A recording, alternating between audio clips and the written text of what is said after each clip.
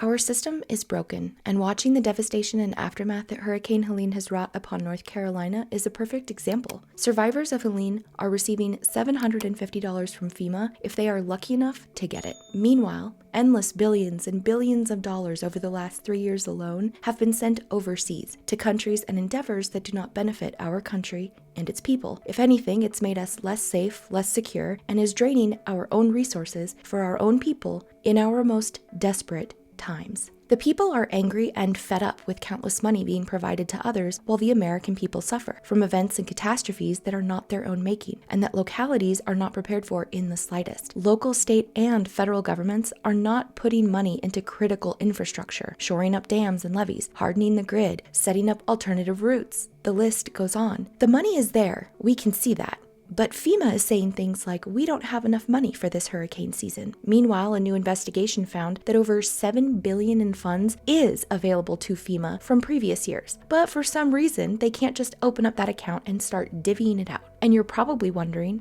why? If there's over $7 billion in untapped funds, why can't we just access it and start helping people rebuild? That's a great question. And I have the answer for you.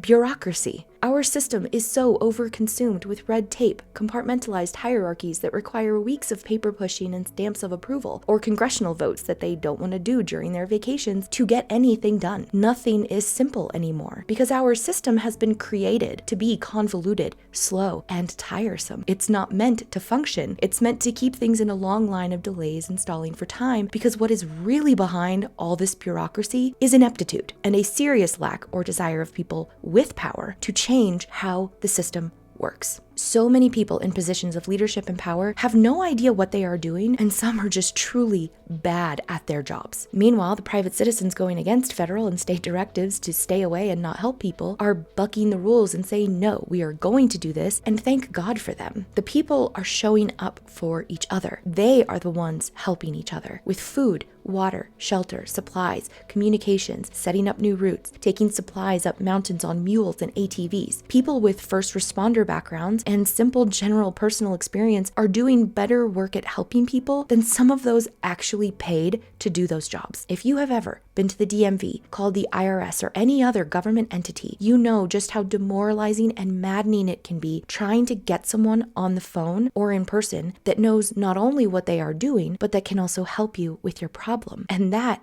is in the good times, when power and water and internet are working, trying to get things done and get answers when it's a catastrophe outside. If they can't do a good job when things are said to be calm, then of course they are going to fail miserably in emergency situations when they need to be fully functioning and doing their jobs. The people of North Carolina are getting $750. The people of Lahaina and Maui got $500. The people of East Palestine have been all but forgotten and abandoned by our government. And this shows how little our system cares about us and our immediate needs, how our system is not helping us, the people. In places like Maui and Lahaina, in order for people to barely recoup any of what they lost, they have had to spend over a year in court, with settlements being reached in August of this year, 2024. It's taken over a year to start the process of getting people substantial monetary payouts that will hopefully help them to start over, but let's face it, it barely meets the needs and will never replace what was lost. $750 is nothing compared to what people lost in North Carolina. And it was the same in Maui. The immediate funds being provided to people is not enough. $750 is not going to go far. That's barely a week of food and shelter in this inflationary hellscape we find ourselves. The red tape that has to be dealt with in order to get those measly funds, if you can provide the paperwork and evidence that you need it, is still not being provided to some people. The people most affected are not getting the help they need, and this is our system